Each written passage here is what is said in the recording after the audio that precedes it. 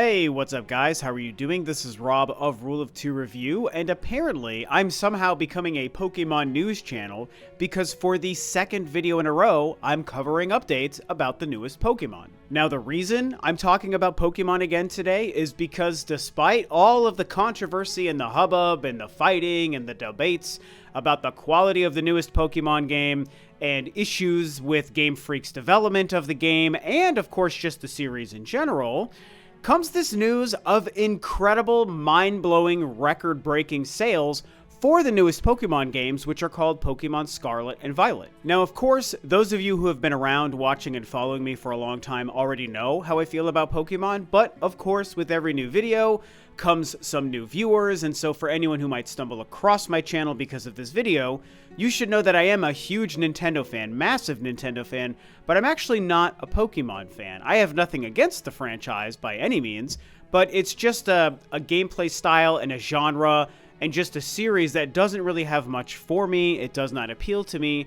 And so every time I've had a reason to talk about or cover anything regarding Pokemon over the years, I always come at it from the lens of a non-fan, which I think is kind of, or at least I should say I would hope, to a lot of you guys, the viewers, might be kind of interesting if you are a Pokemon fan.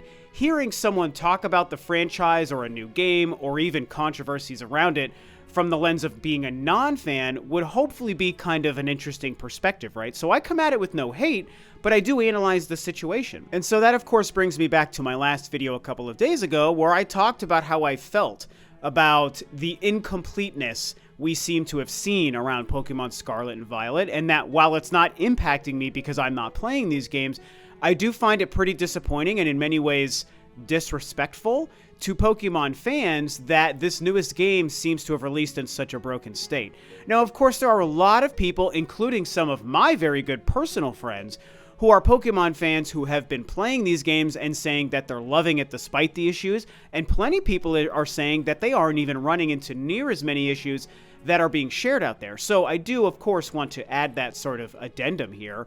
I have no experience with them because I'm not playing the game, but, you know, I've seen the videos, I've seen the clips, and the game does seem very broken and glitchy, and I think that visually the game should have a lot more effort and care put into it, but it is what it is. A lot of people don't mind the bad graphics, and a lot of people aren't even seeing the same clips of glitches and stuff that are out there, so everyone seems to be having a different experience. But it is worth noting that there is still a very high volume of people running into glitches and bugs and broken aspects of the game, and because it's happening to that high of a volume, to a franchise so unbelievably huge and so profitable, there really kind of is no excuse for it. I mean, I hate to admit it, it's not like the Pokemon games are like pushing the technology of the gaming industry forward. They're pretty basic, simple games that are just telling a fun story, I guess, around the catching Pokemon mechanic, right?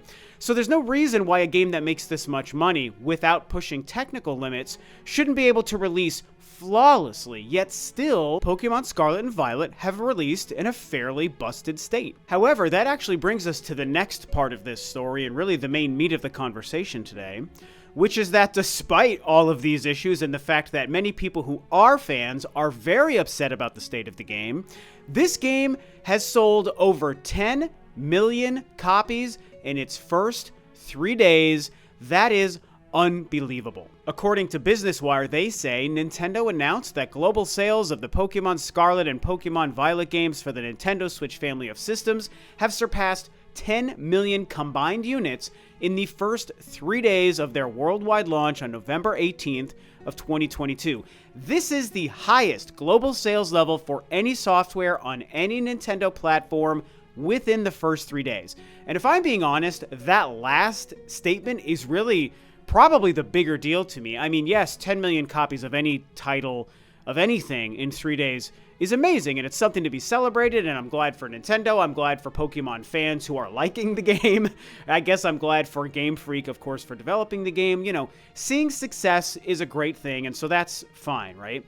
But again, that last statement, the fact that 10 million units in 3 days is the highest performance for any game on any Nintendo platform in history is huge. When you look at some of Nintendo's best-selling pieces of hardware, the NES, the Nintendo Wii, the Nintendo Switch, the Super Nintendo, so many, the 3DS, the Game Boy Advance, of course, their handhelds.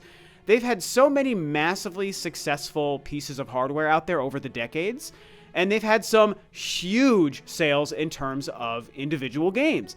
And the fact that nothing has ever sold this well in its first 3 days is huge. I mean, 40 years into Nintendo being a video game hardware developer, they finally have reached this milestone.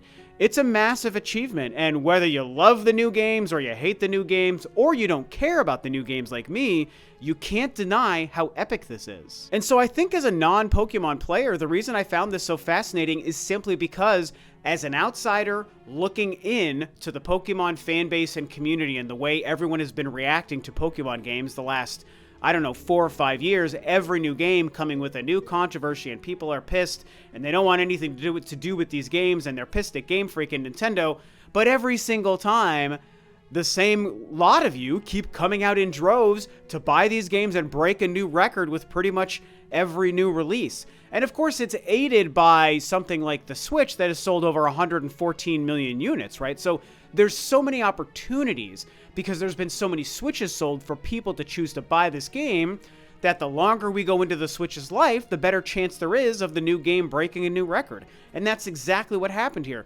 So many people are out there complaining and pissed off and mad at these games and saying they want nothing to do with it.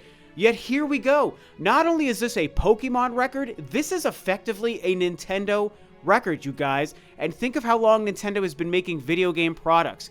And this is a new record for Nintendo. 10 million copies of one game. Well, you know, there's 2 releases, but 10 million combined copies of a video game sold in 3 days. Nintendo has never seen this success. So here we have the most broken release of a Pokemon game in history, and it's also now the most successful release of a Pokemon game in history, and Nintendo's most successful release. So, you know, do we ask the questions about if this is sending a bad message to video game companies or to Nintendo or to Game Freak? I guess it's a worthy question, and I think that there's a case to be made for, yes, this might be sending a bad message. And again, I say this as somebody who has no hands-on experience. I'm just covering it based on how you guys and Pokemon fans are reacting. And I have personal friends who've talked to me about Pokemon as well and how they feel.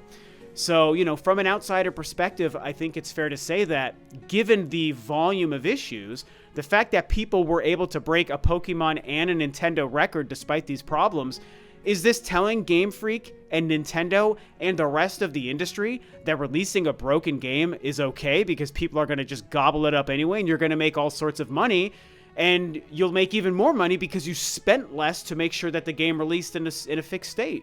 I mean, yeah, that is kind of sending a bad message. And of course, it goes without saying that this game, Pokémon Scarlet and Violet, is not the only example of this happening, of a broken, incomplete game doing really well at launch. Recent examples to me are Halo Infinite, which I played and loved, the campaign, and Cyberpunk 2077, which I also played and loved, and that game released in an extremely broken state. But you know what? I liked it, and it also sold incredibly well and made a ton of money. So Pokemon Scarlet and Violet are not the only instances of this bad messaging getting out to the industry, but it is the most recent, and it might even be the highest profile, because Pokemon is really one of the biggest gaming franchises in history, and these sales of 10 million in 3 days is probably the fastest almost any game has ever sold. But on the flip side, if I can end on a little bit more of a positive note, as a non-player of Pokemon here, the fact that there are still just as many people saying that they're having a great time with the game, many people saying they're not seeing the same bugs, a lot of people saying that this is like the most advanced version of the gameplay Pokemon has ever seen, or whatever changes they've done from the last Pokemon game to this one. A lot of people say that the game has never been as fun as this new one. And is the fun factor of a game more important than if there are bugs or glitches? I also think that's true. I kind of think both things can be true at the same time. That maybe it sends a bad message to the industry that a semi-broken game can sell so well, but also if the fun factor is intact and it overshadows maybe some of the bugs of a game, I also think that can be extremely important. And I've enjoyed plenty of broken games. I literally just said how much I loved Cyberpunk 2077. at launch, by the way, when it was its most broken. And I played and beat that game in the first 2 weeks, and I absolutely loved it. So, you know, I think both things can be true at the same time. And so as a Nintendo fan who doesn't play or care for Pokemon, I wanted to talk about this again because, again, it's just amazing to see numbers this high. It's amazing that this is a record for Nintendo as a company. And it also goes to show what happens if you release a broken game. Will fans of that franchise care or not care? And in this case, despite all of the hubbub and the hot air everyone's blowing online about it, pretty much all of you still went out and bought these games, correct? I mean, yeah, maybe 1 or 5 or 20 people say in my comment section that you chose not to buy this game because of the bugs. But even if you did, and that's your right to do so, does it really matter if this game just broke records?